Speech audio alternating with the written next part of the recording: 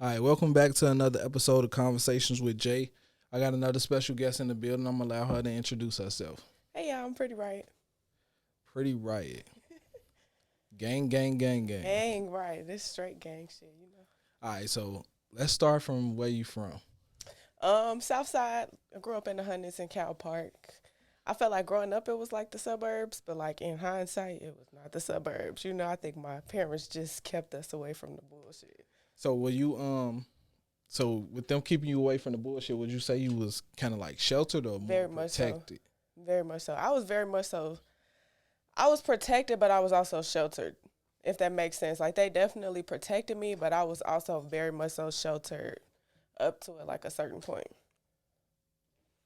So how was it growing up in Cal Park? Where is that at exactly? 127th. So like right in between Blue Island and Riverdale. Oh, okay. So that's the route I take to get here then, because Yeah. I went to a trade school. It was called ETI right over there in Blue Island. Okay. Yeah. Okay, yeah, right. Well, that Ultra Foods, I don't know if how long you been going through that, but that Ultra Foods where that Planet Fitness at now, Yeah. right on 127, right there. That school Calumet, that's where I went to school at. So like that's really my hood. Right now, you went to SIU Carbondale, and you went for marketing. Yeah. So what made you go to school for marketing? Well, when I was in high school, I worked with True Star Magazine, and I did that marketing internship. And I really did that shit longer than I was supposed to. Like, they was kind of like bending the rules a little bit Right. to actually like let me do the program. But it was something I was really, really interested in, and like I kept coming up with really good ideas. And just like my mentor, Miss J, Miss Joy, she was just like finessing and letting me do it because I don't know. She was just like, you have really good ideas and like you're really benefiting from this. So it was just something like I just applied for. I want to say I did that like 3 years, like almost 3, 4 years. Well, 3 years in high school. Now you say her name was Miss J. Yeah, Miss Joy, Joy Mitchell. Shout out to her. She's super dope. Like that was a person who really just instilled in me. Like, damn, okay. Like she told me you got $1 million ideas, like at a very young age. So I'm just like, okay, like. All right, let's see what's to it then. When she gave you that little push, did you understand how important that was for you? Yeah and no. Like it was just like, okay, I got $1 million ideas. And at that time it was like, I didn't come from poor, I'm not poor. I wasn't poor by any means. Like we didn't hurt for nothing, but like I did watch my parents live paycheck to paycheck sometime, so like hearing somebody tell me I have $1 million ideas for me, it was like a good source of inspiration because I wasn't necessarily always getting that from around me, Right. from other spaces. So just for hear that, it just opened up a world of opportunities for me.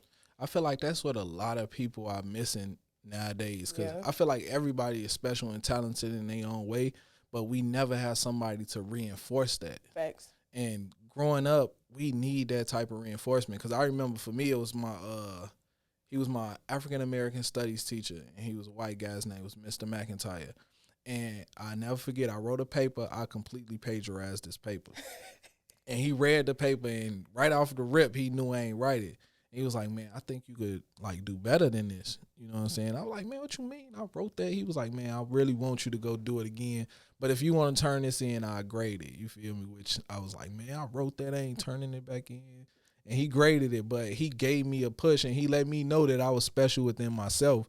Because growing up in our communities, it's not too many people that look at us and say, okay, let me try to protect this person and push them to the next level. Yeah. So shout out to her. Yeah, no, shout out to her to this day. She still check in with me. So I definitely appreciate her just for the many gems that she dropped along the way, like when I was working with her in True Star. But really for that, because that was the first time I had ever been told anything like that.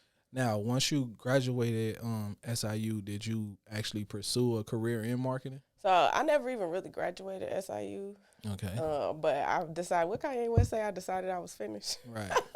But yeah, not really. That's what I want to do more so. Like I want to do it. I think I started to like give myself like small marketing projects, like just within my own like brand and stuff like that, and like even just behind the scene helping out some friends with a marketing rollouts, like events and stuff like that. Like I've had like a behind the scenes like role and stuff like that. So while I haven't launched myself into like the marketing field officially just yet, it's something that I'm really like leaning towards doing.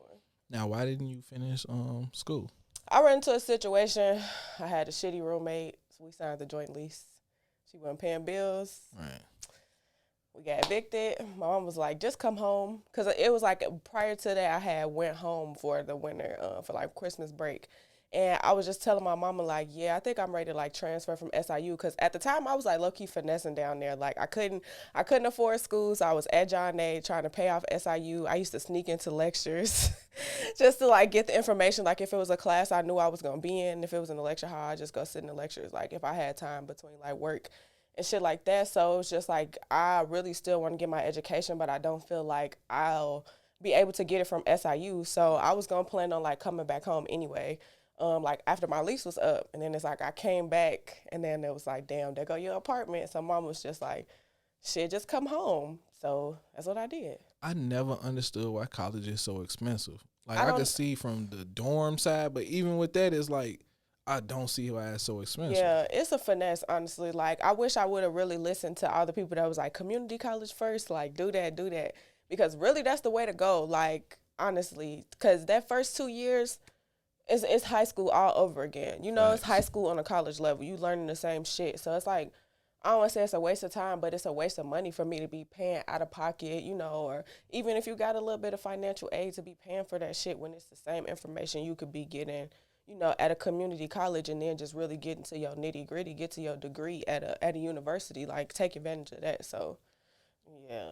Yeah, but I think everybody should definitely at some point in their life go away to college Yeah, that just to get that experience. experience. Yeah, for me that was real big considering how sheltered I was. Like that really helped me find out a lot about myself. Like my mom was just very she did a lot of shit for me as she should, but because of that it kind of crippled me a little bit. Right. So being at SIU and like being on my like really being on my own, like learning how to be an adult, like I really needed that experience because I had to really just step into the world, like step out of being naive, you know, like really turn my Chicago on too. Like I realized how aware I was just from my surroundings without even realizing it by the time I got to SIU. So my college experience, although it wasn't ideal or perfect, it was definitely like exactly what I needed. I know I went to Jackson State University and I only went for a semester. And my situation was similar to yours. I couldn't afford college. And I didn't understand that I couldn't afford college until I went to get my homie. He went to go get his refund check. He was like, "Man, come on, you should have a refund check too." And I went to get it, and she was like, "I don't even know how you in school." And we was like 2 weeks into school. She was like, "Man, I have no idea how you're even here."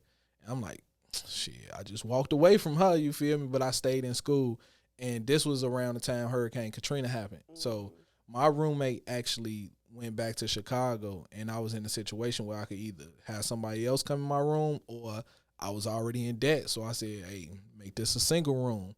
But eventually, you feel me, I realized college wasn't for me. And it was my first day in school when my teacher told me, "Put away your phone." And the entire time we was told college ain't like high school. So I couldn't and then she told me to write a paper. And I'm like, "What? Write a paper of why I had my phone out? Like this makes no Oh, sense." yeah, no. So I probably didn't. I probably went to that class about 6 times, but I still passed with a D. So shout out to that teacher. You know what I'm saying? She looked out. Now, at some point, you start a blog. Now, what made you? Before we get into the blog, what made you decide you want to start a blog? Because for me, I had always been a writer. Like writing for is something that I had always like loved doing. I really had like a obsession with neat handwriting, to be honest, because my mom was just big on education, like big on making us write handwritings. If we got in trouble, you writing lines. Like to this day, I remember my mama made me write the definition of ignore 500 times. I could tell you the definition of that shit off the back of my head, and I'm You must have 25. been ignoring your mama. No, she wanted me to ignore my little brothers. So Oh, she was teaching me a lesson because like me and my little brother, we 4 years apart. Me and one of my little brothers, we 4 years apart, and like at the time it was just a lot of bickering, a lot of back and forth. You know that little sibling brother sister shit. yeah. So she's like, "You're gonna learn to ignore the dumb stuff. You know, you have to learn to ignore stuff." And I'm like, "I can't ignore him. He's pressing my buttons." Facts. So the bickering kept going, and she literally was like, "I got something for you." And she made me write the definition of ignore, like 500 times. I could be exaggerating, but it probably was. I don't know, but it was a lot. Now, you named your blog "Swallow My Thoughts." Yeah. Why swallow my thoughts? Because at the time, like I'm a type of person. I'm very blunt. I think the way life has shown me things, it has not. I ain't really never had shit sugar coated for me personally. So for me, like swallowing my thoughts was like, you finna take what I had to say because I ain't gonna sugarcoat it for you. And while you may not like what I have to say, it's definitely something that should be digested because it may just actually be really good for you. Now, how well did the blog perform?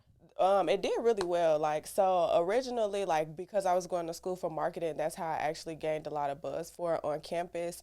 So, I kind of did like a guerrilla style marketing. So, like, I just kind of had some people tweeting the name of the blog, and then I had other people tweeting the name of the blog, and then the date that it was dropping.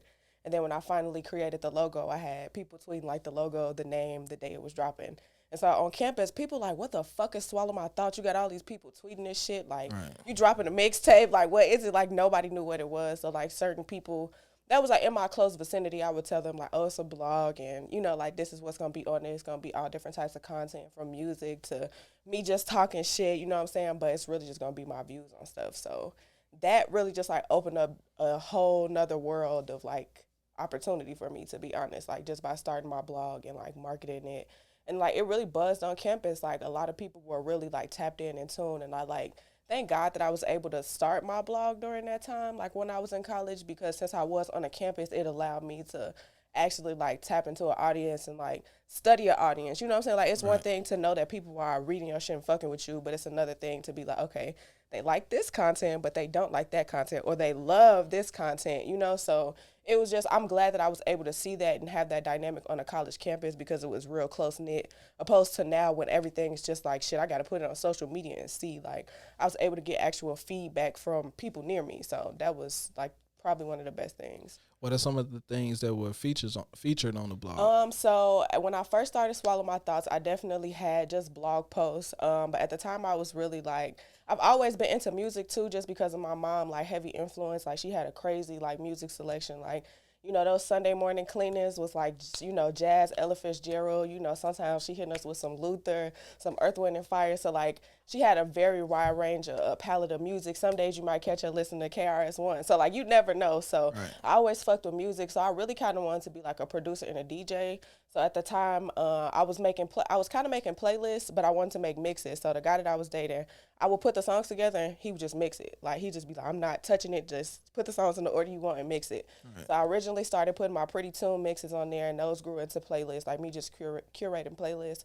I was also highlighting, like, creatives, like, whoever I thought was dope, really, I feel like I wanted people to see them. Like, if I think you raw, I think other people should see that shit because I have great taste, in my personal opinion, and whatever it is. Like, I'm just very picky about things, so I think if somebody's dope, like, other people should know about it, especially if it's something that can serve a community of people that I already know gonna be here. So I would do features with, like, entrepreneurs that were on the rise, fashion designers, music artists. Like, I was doing, like, that's how I kind of got started doing interviews. Like, I was sitting down video interviewing. Like, I know you just put DJ D93 on y'all show. Dorian was one of my first interviews at SIU, like, sitting down interviewing him. So that was the type of content I was doing, like, just real genuine, authentic, like, shit that I wanted to talk about, like what I was seeing, my experiences, and then being in college, finding out who I was and just seeing other people on that same path, like, having the same passion. Like, let's just share that shit. Now, you know what's crazy? A lot of people don't get a chance to experience building something and watching it actually become something popular and something that people, you know, gravitate towards too. So how was that for you, just watching your blog just take off and expand? For me, I think sometimes I'm too humble because I don't want to get big-headed, you know, because I think arrogance is a very ugly trait to have at times. So, like, it was like, if it just made me feel good to know that, like, the purpose of why I was doing it was being accomplished. Like, my blog, I didn't launch it to be popular or anything like that, or to get, you know, of course I want people to see it, but my thing is, like, if one person can read my blog post and it changes their perspective, or if they can relate, or if I can stop them from making a dumb decision that I did in the past because they was in a similar situation, like, then my job is done. So for me, getting comments and, like, getting feedback, like, damn, I could relate to that, or that was really transparent, like, I fuck with that, like, that for me was more satisfying than the blog itself being popular. Like, popularity and clout for me only gets you so far, you know, like, numbers and shit, people get caught up in that. Like, I tell Bika all the time, like, I don't trip on numbers because I want to have a lot of numbers. I just want to know if the people that watched it got something and took something away from it. Then I know that I'm creating good content and that I'm accomplishing the goal that I set for myself.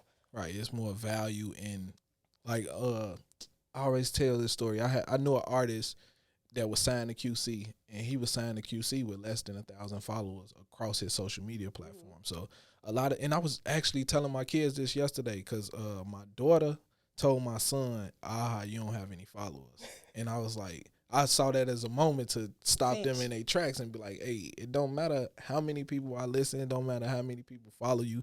And I brung up my followers, and I say, I have 1,000 and some followers on Instagram, and it's somebody out there with 1 million followers, and I have more money than them. And value compared to followers, it doesn't equate. You feel me? So at some point, you get to the point where you stop your blog. Why? Yeah, really, because when I stopped blogging was when I came back home after the whole situation in college with my apartment, and that's actually when I got introduced to Illinois. So Biko called me. Well, he didn't call me. Like, he had been paying attention to Swallow My Thoughts. So, like, I didn't even know. Like, for me, I was getting my music source from Illinois because I was in Carbondale, so I wasn't fully tapped into the city. So, like, I was on Illinois Fake Shore Drive, shit like that, just trying to stay tapped into the city. So, like, even having, Illinois reach out to me, like, you want to write for us? Oh, sure. So, like, I remember for me at the time, my struggle with my blog was consistency. And I remember, like, literally praying to God, like, God, please just let me be consistent with this. Because at the time,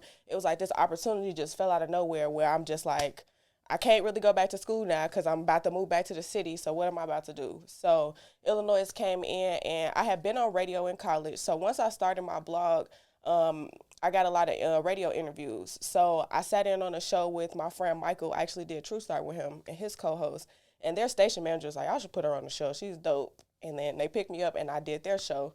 So I met Biko. I sent him some clips of that. And he was like, okay, so you could just write too, and you could come guest interview with us. All right. So I guest interviewed with Biko and Jones like twice, and they asked me to come on for the show. But for me, I'm a perfectionist. So I know that writing and music is shit. I'm not going to say I've mastered it, but because it's such a passion of mine, it's second nature. So while you can always better that craft and sharpen it, I didn't feel like I needed to at that time.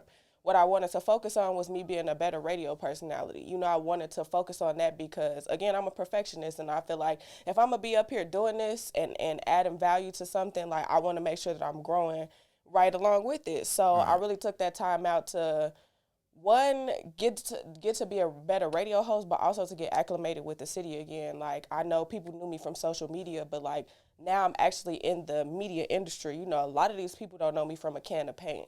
So while I did want to blog from time to time, I'm like, don't nobody know who I am yet. Like, I need to reintroduce myself to the scene and to the city. So I felt like Illinois was a good way to help me do that too, but while also gaining discipline, just working on bettering my craft. So that's really why I took the time off to blog. And then I also needed time to experience, life. Like, it was a point where when I was struggling with finding things to write about, I'm just like, I don't know what to write about.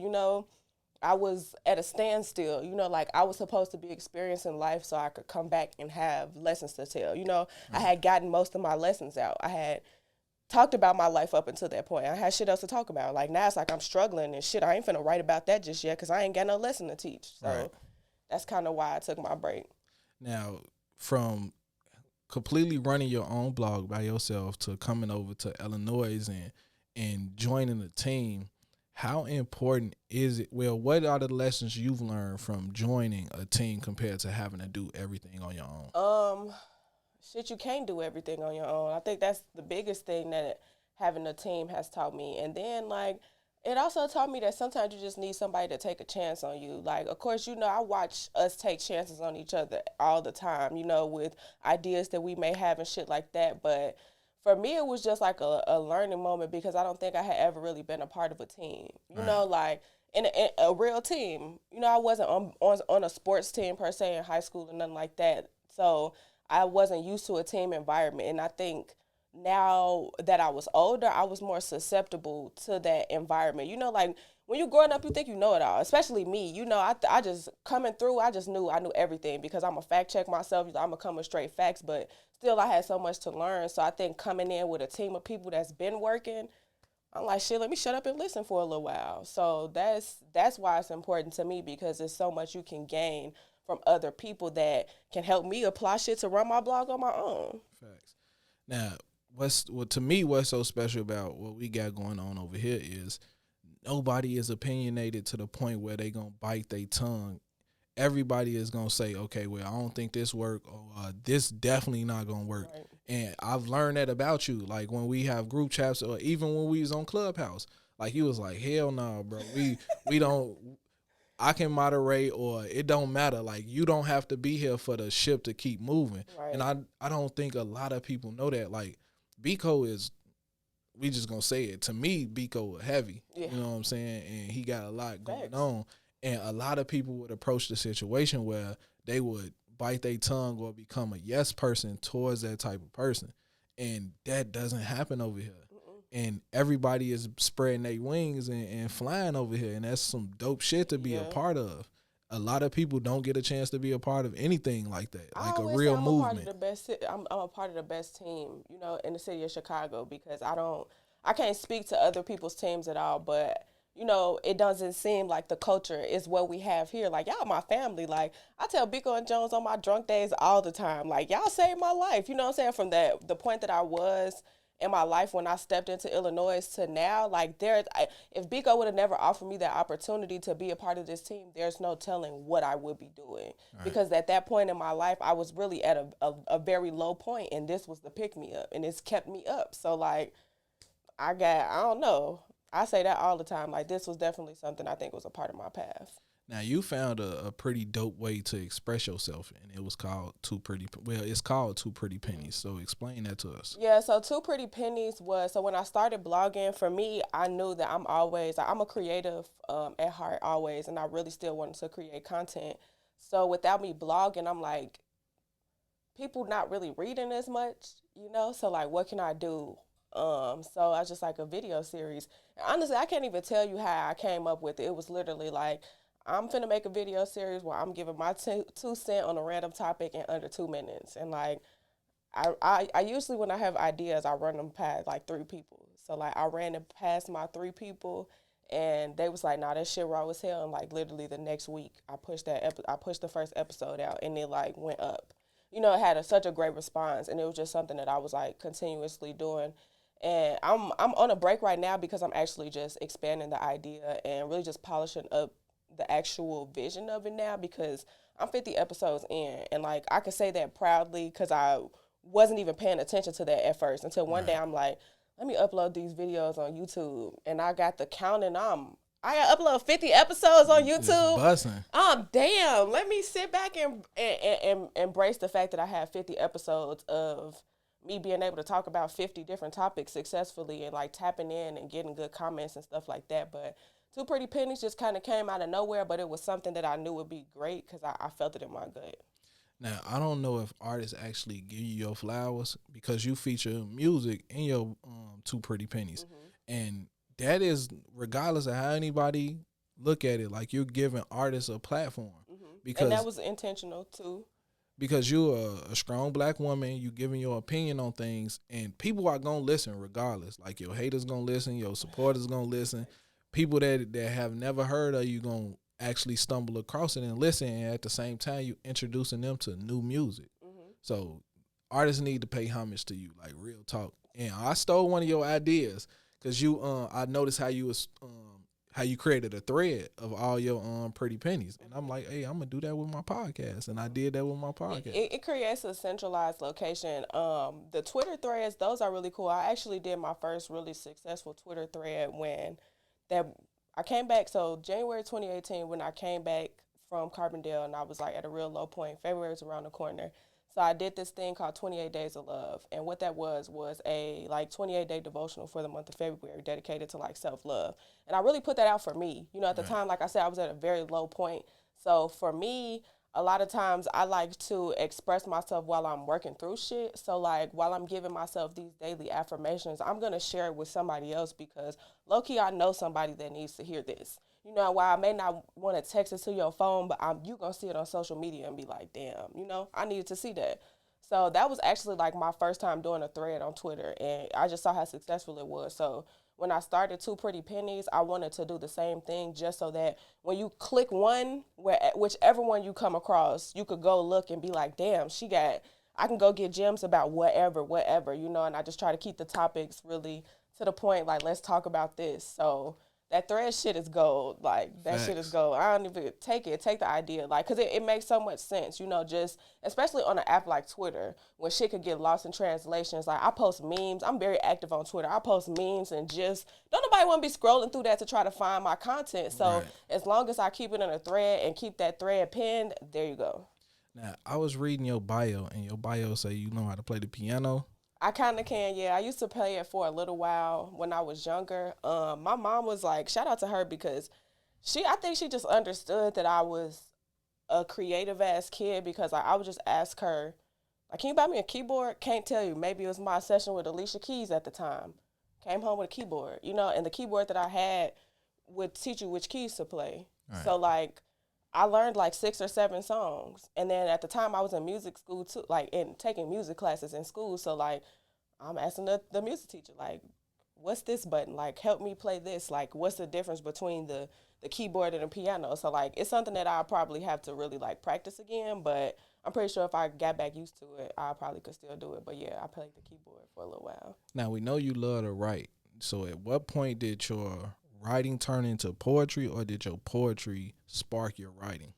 I would say writing turned into poetry in a way. So because I liked the way my handwriting looked, I would just write about anything. And then I got my first, like, in 5th grade, I got a real assignment. My teacher just had us write poems, and it had to be about yourself, really. And I feel like as a kid, you don't even know what the fuck to say about yourself. So I love Beyonce. And at the time, Beyonce's album was out, and she had a song called Gift from a Virgo. And I'm a Virgo, too. Right. So I just decided to take the title of that song and make it a poem about myself, because I'm like, I'm a gift.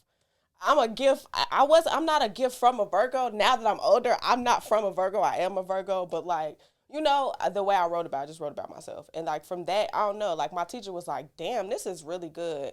And, like, we just, like, throughout the poetry units, I just kept snapping. And I ended up, like, actually, like, writing a poem, and she ended up sending it off to get published. And I did the same thing in high school. Like, would just write poems to see if they would get published. And, like, ended up having, like, 2 or 3 published poems by the time I graduated high school. Now, you go by Pretty Riot. Mm-hmm. I never asked you where that name came from. You want the real story or, like, whichever one you want to give it to. So, the real story is, like, so I was in high school, and I'm pretty chill, like, you know, don't bother me, we cool, you know. Right. So, I was low-key talking to this boy, and he had a girlfriend, but I didn't know this. So, he was a senior, I was a freshman. So, you know, first I think I got the juice because I'm talking to a senior. He has a whole girlfriend. So, I guess she had his Facebook password, and she had seen that we was supposed to be, like, meeting after, like, finals or some shit. Like, we were just supposed to link up. Like, I wasn't no shit. So instead of, I'm not talking to him, I'm talking to her. So she's like, yeah, meet me here. So I get in the hallway, I don't see nobody. And she just, like, approaches me, like, you fucking with my boyfriend, da-da-da. And she, like, muffs me. And don't put your hands on me. So I ended up, like, fighting her. So one of my friends, he was a football player. That was, like, one of my homies. I got real cool with him. And he just, like, broke the fight up. And when he broke it up, he was like, what the fuck? Like, you just a little riot. Like, who knew all of that was inside of you? Because I was not going. I'm like, I don't even like to fight, but you've provoked me. So, like, when Instagram came out, or actually I had Tumblr. I don't know if he was ever hip to Tumblr, but I was, for the R-rated version. Okay, well, before it was R-rated, Tumblr is actually how I originally launched Swallow My Thoughts. It was swallowmythoughts.tumblr.com. And I chose that originally just for the creativity that you could do with the blog in regards to colors and shit. Like, I was still new to graphic design, so I knew how to use Tumblr. Right. Damn, what the fuck was I saying? You was talking about how you started on Tumblr, but you talking about Pretty Riot. Oh, right. So my Tumblr name on Tumblr was Pokertudinous Fashion Riot. Pokertudinous is just a really long word to say beautiful. Facts. So I tried to put that on Instagram, too fucking long. So I'm like, beautiful Riot. I don't like the way it looks. So I was like, okay, Pretty Riot. And it just, like, stuck. And, like, before I knew it, like, it just, like, people were calling me Pretty Riot. Like, oh, you Pretty Riot. And I'm like, it do kind of got a ring to it. So what I say now, instead of telling people that long ghetto story that y'all just got, is that just, like, when you see a riot, you know, like, there are different things that you're going to notice. Like, first you'll see the riot. You know, next you're going to hear what they have to say. You'll hear the riot. And when it's all said and done, you're going to feel the aftermath of it. So I feel like me as a creative, like, you're definitely going to see me, you going to hear what I got to say for sure. And when it's all said and done, you going to feel me too. I'm going to turn that into something for you. Like, we just going to put that and you just going to throw that on your IG. And then you promote that, do whatever you want with that. Okay. But you start Pretty Riot & Co. So what exactly is that? So Pretty Riot & Co. Is really just like a creative hub for me to be able to like fully express myself. So right now, it's pretty much Swallow My Thoughts just matured, you know, because there was a point in time where I debated like not even doing Swallow My Thoughts anymore. Like maybe I shouldn't be a blogger. Like maybe that just is not a part of, you know, my journey and shit. But as I just like kept growing and kept experiencing life, I realized that that's definitely not true. Like I'm definitely supposed to be blogging, but I wanted to be able to come back with a very mature idea, you know, and have it reflect who I am. So Pretty Riot & Co. pretty much came from that, was just like, I like a Tiffany & Co. So that's kind of where the name comes, it's just a play off that. But I really just wanted to create like a independent media outlet where I could just produce original content. So this time around, I'm definitely coming back out with my playlists and my mixes. I got a food blog that I've been like going to different spots in the state, out of town, giving y'all like reviews on them. What else is on there? I don't want to give y'all too much sauce. Two Pretty Pennies. You can find like some of the music that I've been on, the poetry that I'm featured on. Yeah, like I don't want to give away too much because I don't want to give away like the new sauce. But yeah, it's just like a creative hub for me to be able to still get y'all, and then just blogging again. Like that's what I really miss. I really miss blogging, but it's also like now that I've worked with Illinois too, like I get to separate my content, you know, like I get to be like, it's certain shit that just don't align with Illinois that I want to talk about. Right. So now it's like, okay, I can talk about this on my blog instead of keeping it aside because it don't make sense on Illinois. So when can we expect for your blog to come back? By the end of this month. I'm thinking November 25th because I'm doing a small little video project that I just hope to be finished by then. So the 25th at the latest. All right, now, if you can go back in time and tell, we just going to say freshman year college Pretty Riot, if you could tell her anything, what would you tell her? Oh, freshman year Pretty Riot, girl, you do not know everything, even though you think you do. Be a sponge, stay consistent, work hard, and don't doubt yourself. Like, you raw as hell, you could do that shit. Big facts. Now, before we get out of here, you want to give me shout-outs? You want to announce anything else? Or shout out to my mama, because I credited her a lot in this, because she really helped form me, mold me. Shout out to you guys. Like, shout out to my team. Like, I love all y'all. Shout out to Illinois, Biko Jones, Pretty Riot. Oh, that's me. Jimmy J. Jimmy J, First Class, Mike. Raw, like, shout out to everybody, great family. Shout out to everybody who like support me. Like, if you ever click likes, like share, retweet it, whatever, sent me some shit, like, thank you so much for supporting me, giving me content, you know, giving me some content from my content. Like, I just thank everybody. I got a video coming out with Audrey Valentine very soon. Stay tuned for that. Follow me on Instagram at Pretty Riot. My Twitter is @_Pretty Riot. Follow my YouTube channel too. I just redid my banner and stuff. I'm putting all the old Two Pretty Pennies episodes on there. Gearing up for season 3 of Two Pretty Pennies. Yeah, I think that's about it. All right, now I want to say I appreciate you for sliding on me and giving me this interview. I always gauge in my head like where I rank the interviews at, and to me, this interview, it flowed the smoothest to me. Like, we had a genuine, honest conversation. I just learned something about you. You are a riot, and you will fuck some shit up. But like I say, I like to say I appreciate you for sliding through and joining my conversations. Thanks for having me. And this has been another episode of Conversations with Jay.